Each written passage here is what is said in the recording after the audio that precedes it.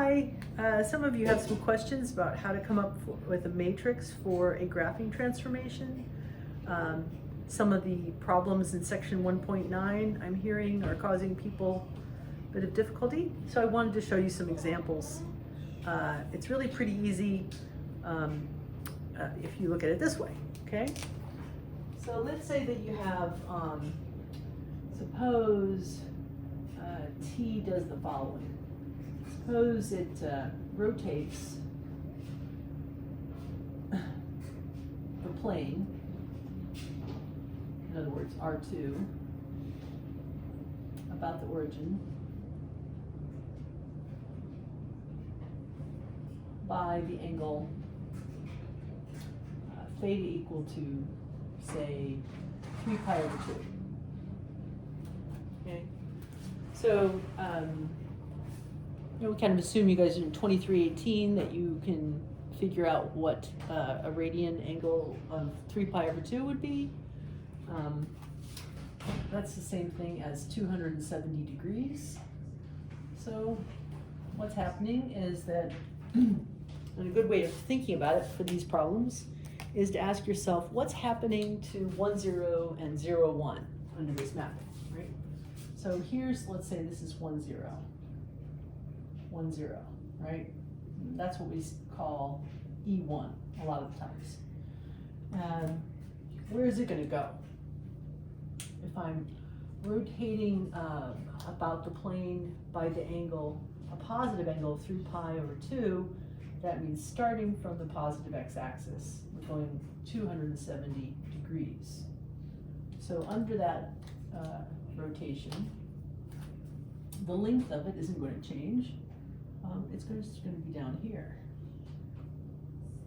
All right, so what is that going to be? In other words, what is T of E1 as a column matrix? What does that look like? Well, if E1, which is 1, 0, is the vector with its head on the point 1, 0, now you rotate that around 270 degrees, well, clearly you're at vector whose the head of which is at the point 0, minus 1. So that's the image of E1. Do the same thing for E2, right? So do another picture of the plane. Here's E2, sitting right here. There's E2.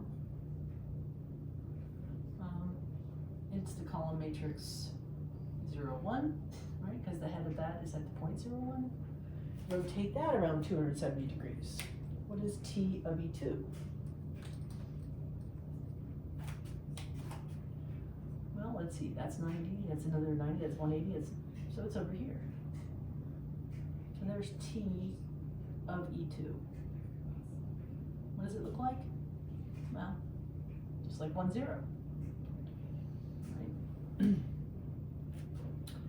So now that you have those two images, you can use this. So these are the images of those basic vectors, right? Then you can come up with a matrix, the standard matrix in section 1.9. You read about it, right?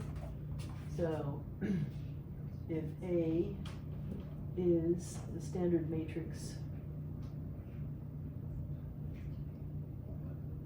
of transformation T,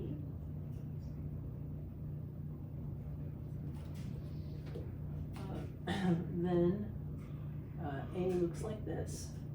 Its first column is what T did to E1, where E1, E2, and so on are going to be a basis of the space. And since we're talking here about just the plane, there's only going to be 2 columns, T of E2. So these are column vectors. So if that's true in general. So in this particular example, sorry, just noticed that. Sorry, you didn't see that when I was working on E2, did you? So there was E2, it's 0, 1. If I rotate that, 270 degrees, it ends up at t of E2, which is 1, 0. Okay, so now that you have those two images, and you go back and get this general rule, then for this example over here, if t is a rotation by some angle, 3 pi over 2, sometimes we'll denote that like this, t sub 3 pi over 2, right? Let's just call that t1 for our first example right now. So if this is t1, and this is t1, then for our example, put these two together, you get that the transformation t1 is associated with this matrix A of t1, which looks like, this was A of t, sorry, which looks like t1 of E1, or 0 minus 1. And second column is t of E2, which is 1, 0. Okay, so you can test that. Take it out for a test drive, right? What would such a map do to, say, this vector here?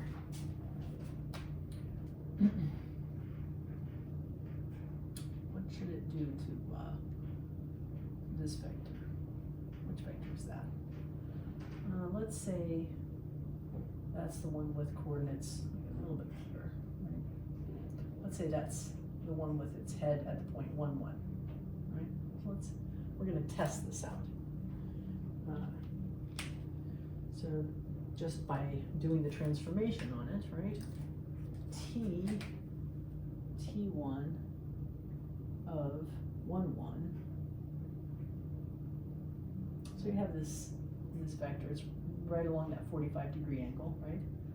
So here's 90 degrees, here's 180 degrees, here's another 90 degrees. Well, that would be what? Where's that ending up? That would be 1 ending up at 1 minus 1. Right? I took 1, 1, rotated it 270 degrees. It's going to end up right in there. So its coordinates are going to look like 1 minus 1. Okay, so that's exactly what T1 does. Let's just see if multiplying 1, 1 on the left-hand side by AT1 does the job. Just a little testing. Okay, AT1 multiplied by 1, 1. What does that look like? Well, it's this matrix, 0 minus 1, 1, 0, multiplied by 1, 1. What does that give you? Let's see, dotting that first row with that first column, we get a 1 here. Dotting that row with this, we get minus 1 times 1 is minus 1, plus 0, that's a minus 1. Is that not exactly what we found out by simply applying the map, right? So that confirms, maybe just for you to encourage, to convince you that this is the correct standard matrix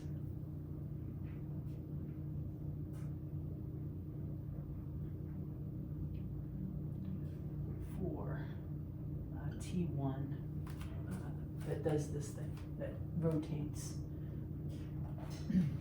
in a nice counterclockwise way, which is what a positive radian angle suggests, by t by 3 pi over 2. Okay. All right. We should also probably do a composition of two transformations, since that comes up a lot in section 1 the whole time. So, we go over here.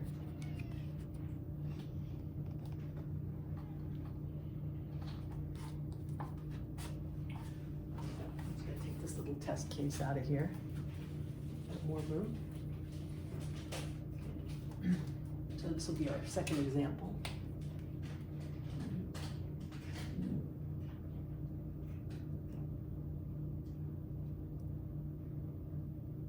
Suppose that T2 does a couple of things. So if T2 reflects about the x-axis and then rotates how about this time in a clockwise direction?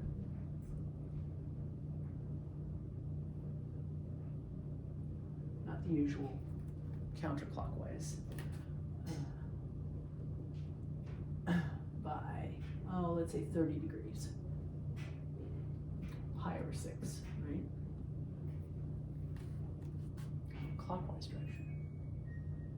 What would the standard matrix for that transformation look like? Okay, well, the same idea applies. We're going to figure out what happens to E1 under this transformation, and we're going to find out what happens to E2 under this transformation, and those two images will go right here and here and be the columns of our standard transformation matrix. Let's call that version 1. Doing it in a oneer, okay? So let's say, again, we start with a picture of E1. So let's say there's E1. Let's put it through its paces. First, we're going to reflect it about the x-axis. Well, it's on the x-axis. So that first move just leaves it exactly where it was. Reflects it about the x-axis. Still sitting right there. Exactly the same spot. It's on the x-axis, and then we're going to rotate it in a clockwise direction by 30 degrees. So let's call this the reflection, and then this one will be the rotate by 30, pi over 6. But now in this direction. Okay, so you actually, the fastest way to do this is to simply take this and rotate it 30 degrees. Ask yourself, using trigonometry, which we can assume you do know, we can rotate that thing by 30 degrees. Well, if I do that, so remember there's something called a unit circle, yeah? Let me just draw that in here. So there's our unit circle. And if I rotate E1 by 30 degrees this way, then there it is. So under that rotation, this is the image. So this first part, the reflection of E1 was this one, and now we're going to rotate this reflection of E1. That's what we have here, the image of doing both these transformations. Okay, so what is that? Let's blow up that picture, right? So here's our vector. Let's call it B1. So B1 is sitting here.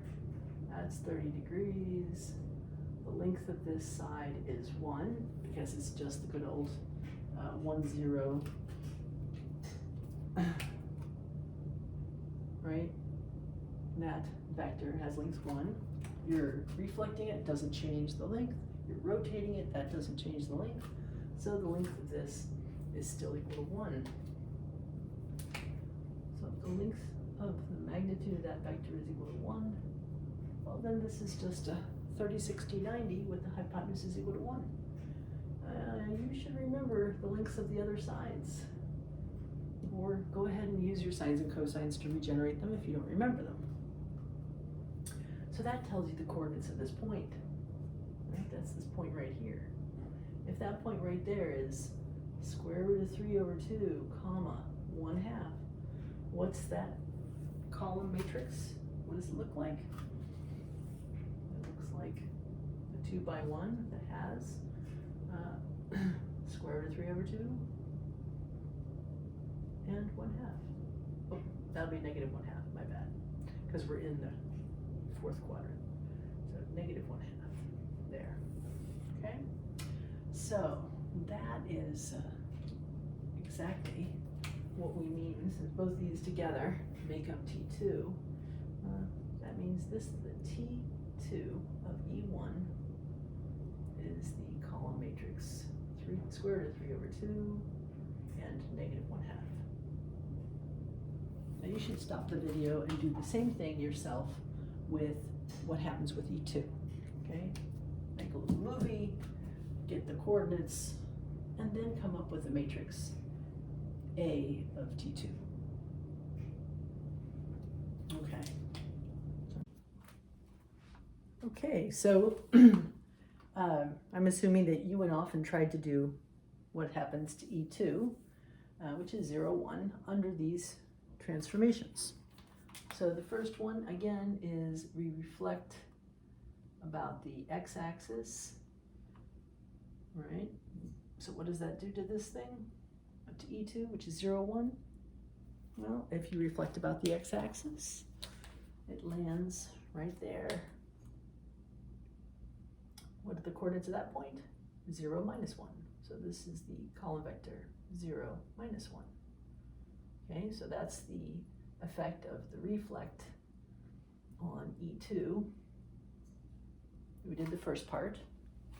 Now you're going to rotate it by pi over 6 or 30 degrees in a clockwise direction. Okay, so what does that look like? That wasn't the best, was it? Anyway, so there's E2. Sorry, excuse me, the image of E2 sitting down here at 0, -1. If I rotate that 30 degrees in the clockwise direction, it's sitting out over here, right? And think about the coordinates at that point. That's at the head of that vector, right? So if that's 30 degrees that you've just rotated it that way, then this is 60 degrees. And again, we're looking at a 30, 60, 90, right? So the length of this side is 1/2. The length of this side is a square root of 3 over 2. So the coordinates of this point in quadrant 3, right? This vector here has coordinates. That's a 1/2 in length, excuse me. It's hard to see. So that's negative 1/2, negative square root of 3 over 2. Okay, that's the coordinates of this column vector because we're in the third quadrant. That's where it's landed. What is that? That is the result of taking the reflection of E2, that vector right there, and performing the rotation on top of it. Okay, well, that is exactly what we're going to call T2 of E2. That's what T2 does.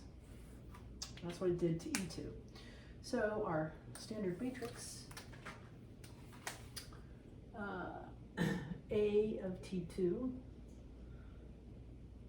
following these rules again, it's going to have in the first column what it did to E1, what T2 did to E1, square root of 3 over 2, negative 1/2. And in the second column, it's going to have T2 of E2, which was negative 1/2, negative square root of 3 over 2. Okay, and just like we did with T1, you could test it by taking a vector, performing the transformation on it, getting its actual image, and testing if that's the same thing that happens to that vector by multiplying it by this. So we could try it. Let's see, we're again using as our test this guy here, which I have to make a little bit longer if it has coordinates 1, 1, right? So let's say that's 1, 1. If I reflect, which is at 45 degrees, right? If I reflect that across the x-axis, it's down here. It looks like 1 minus 1. If I rotate that in by 30 degrees that away, ooh, that's going to be kind of nasty. That's going to be, again, in fact, a little bit longer than the unit circle. It's going to be about here. It's going to be, well, from this 45 degree angle, you add another 30, so it's about 15 degrees shy. What is that going to look like? You know, it's going to look like this. It's going to have, let's see, if that's 15 degrees there, that means this is 75, right? So that would be whatever the cosine of negative 75 degrees is in the first spot, and the sine of negative 75 degrees in the second spot, multiplied by the length of that vector, which, if this is the vector v, right, that implies its magnitude is square root of 2. So both of these multiplied by a square root of 2. I can just use column multiplication. So that would be what would happen to the first, to this vector under this mapping. You could try that on 1, 1, multiplying it by this, see if you get the same thing as this. It's not as easy. Example of a test, I apologize. But you get the idea. You pick a better one when you try it. But all you have to do is come up with a matrix in those problems. You don't have to test it. I'm just trying to convince you you've done the right thing.